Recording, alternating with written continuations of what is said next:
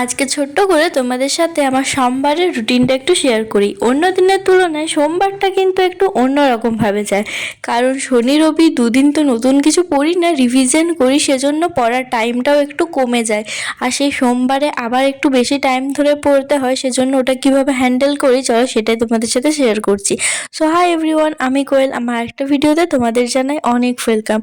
দেখতে দেখতে আবার গ্রীষ্মকালও চলে এলো, তাই ওই ব্রেকফাস্টে কচুরি রুটি খাওয়ার দিন প্রায় শেষই বলা চলে। এরপর থেকে দই চিড়ে ছাতু এসবই এখন ব্রেকফাস্টে চলছে।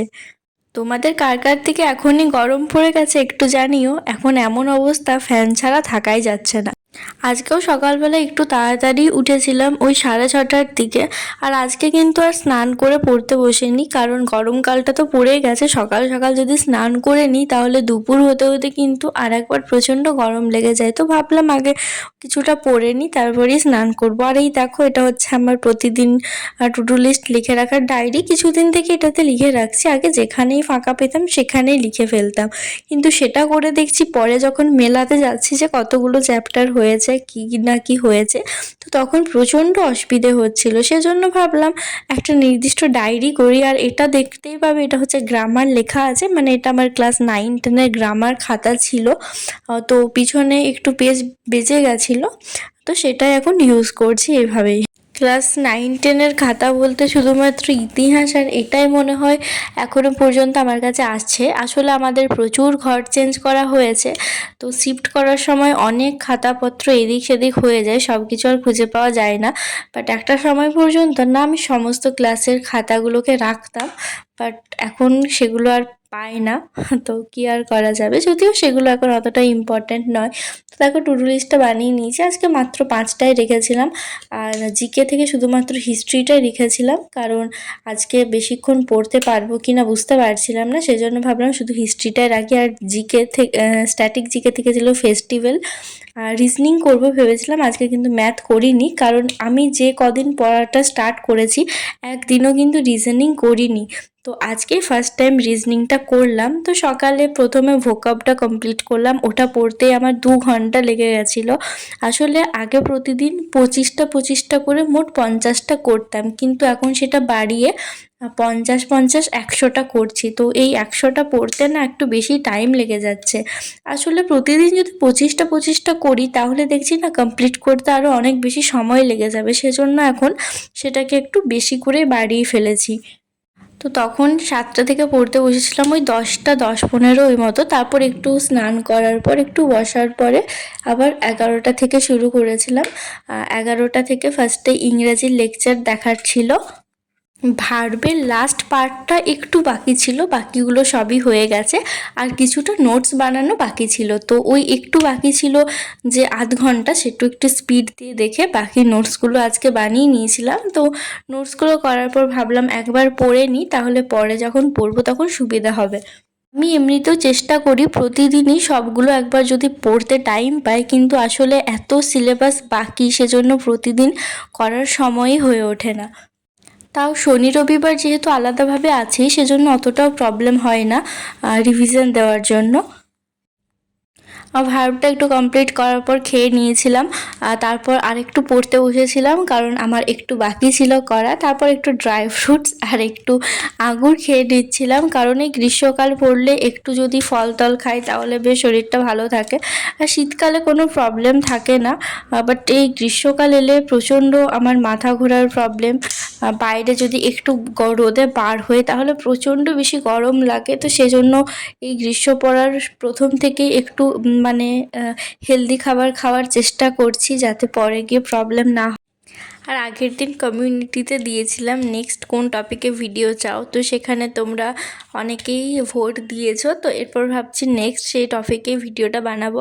আজকে বানানোর ছিল, কিন্তু আজকে আমার সারাদিনটা একটু বেশি বিজি কেটেছে, মানে একটু পড়ার চাপটা বেশি ছিল, সেজন্য সারাদিনে সেরমভাবে কোনো ক্লিপস তোলা হয়নি। তো সেটা আমি ভাবছি কালকেই বানাবো, কারণ কালকে তুলনামূলকভাবে পড়ার চাপটা একটু কম থাকবে।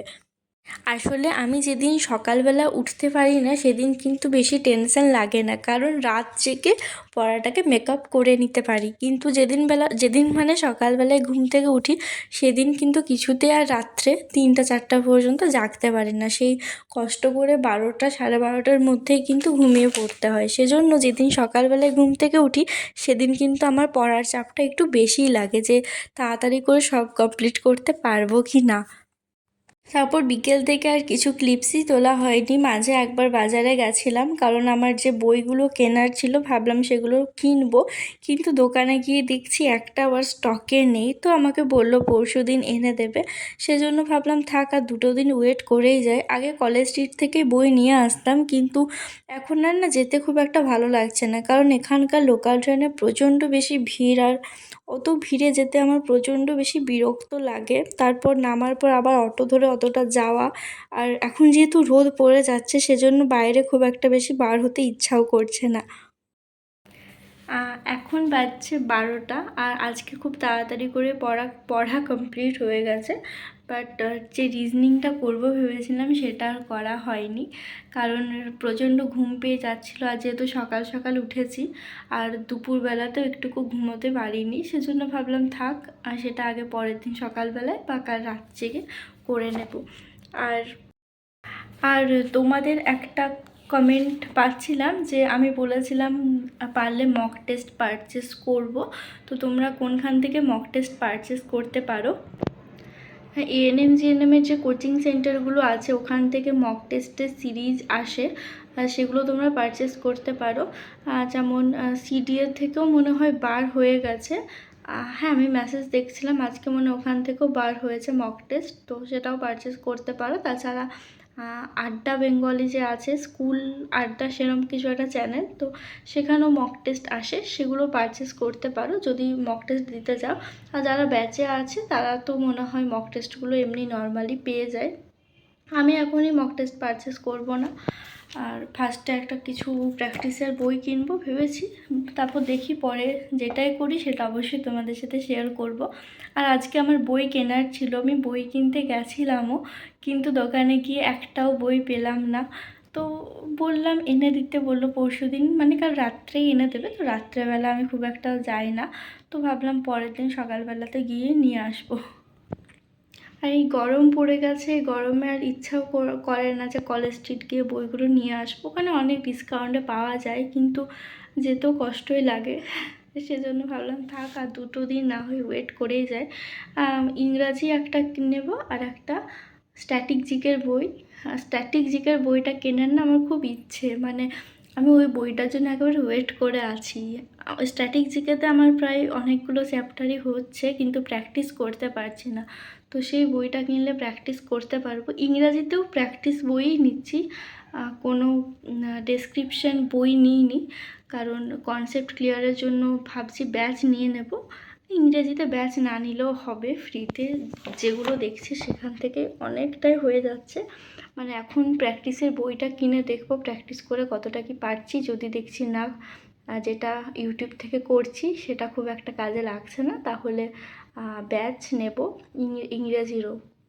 এমনিতে তো জিকের জন্য ব্যাচ নিতেই হবে, জিকে ম্যাথ রিজনিংয়ের জন্য নেব না, রিজনিং একটু নর্মাল দেখলেই পেরে যাব।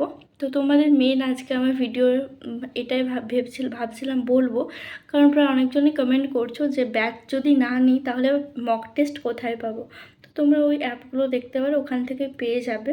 আর অ্যাপে যাওয়ার ডাইরেক্ট দরকার নেই, তোমরা সেই কোচিং সেন্টারগুলোর ইউটিউব চ্যানেলটা দেখো, সেখানে সমস্ত ডিটেলসই মনে হয় দেওয়া আছে।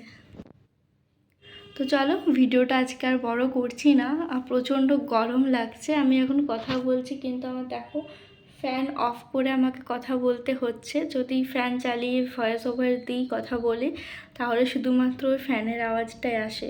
এখনই তো বুঝতে পারছি এই যে গ্রীষ্মকাল এলো, এরপর ভিডিও এডিটিং করতে কতটা পরিমাণে আমাকে কষ্ট করতে হবে। এমনি তো ভয়েস ওভার দিতে প্রায় কোনোটা 15 মিনিট, কোনোটা আধ ঘন্টা, যেমন যা লেগে যায়।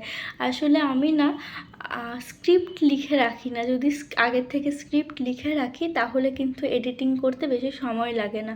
স্ক্রিপ্টটা ফ্যান চালিয়েও লেখা যাবে, কিন্তু আমার সেটা হয়ই না। নর্মাল আমি জাস্ট যে থাকে রেকর্ড করার সেটা অন করি, তারপর আমার মাথায় যা আসে সেটা বলে যাই। তো যাই হোক, ভিডিওটা আজকে এখানেই শেষ করছি। সবাই খুব ভালো থেকো, সুস্থ থেকো। দেখা হচ্ছে অন্য একটা ভিডিওতে। Bye, good night.